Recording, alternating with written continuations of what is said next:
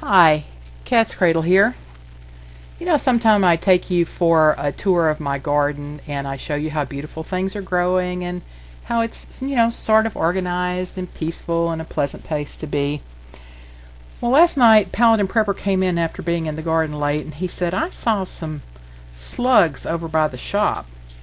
And I didn't think much of it. Well, tonight Prepper A had a basketball game and they were going to be late getting home, about 11 o'clock, or later. So about 11:10, I went outside to go see if I could find any of those slugs. I put a headlamp on my head and took a baggie. And lo and behold, I found exactly what he was talking about. That's what I got in my baggie. Then they pulled up at about 11:30 and came out with a jar, and they each got a headlamp. And they found these. These are, what did we call them, Prepare?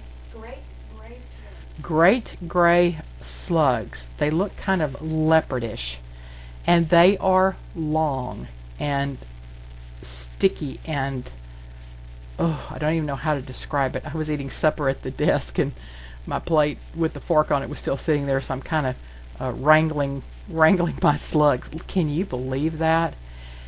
We lifted up some old siding that was laying by the house. We found a bunch under there.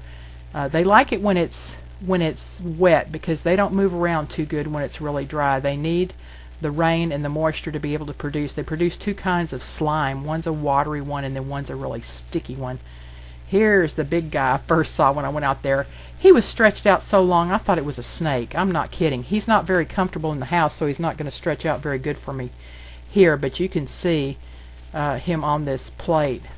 And so we looked all over the places where we thought it might still be damp, and we found a lot of them. And I showed you that little bed with lettuce and spinach, and I kept telling you I think something's eating my spinach. Well, I'm sure that's why these guys are so nice and fat.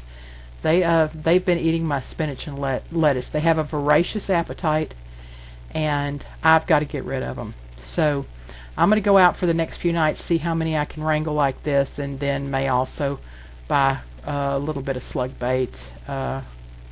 There's several things you can bait them with that are not chemicals. Here he is stretched out.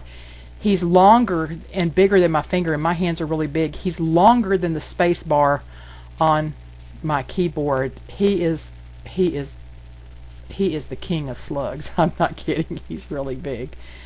Anyway, you can't just buy some nice heirloom seeds and go plant them and expect to have a nice garden. You've really got to prepare and work the soil. You've really got to go out at night and look for critters, whether it's slugs or squash borers. That's the best time to find them, and snails as well. They're on the move at night. So I just want to show you, never rest, always at it. Anyway, that's the Slugfest at our house for tonight. I hope you found it interesting. I'll also post a link to a Wikipedia article that has some fascinating things about slugs. Read it. You'll be very entertained, I'm sure. Cat's Cradle.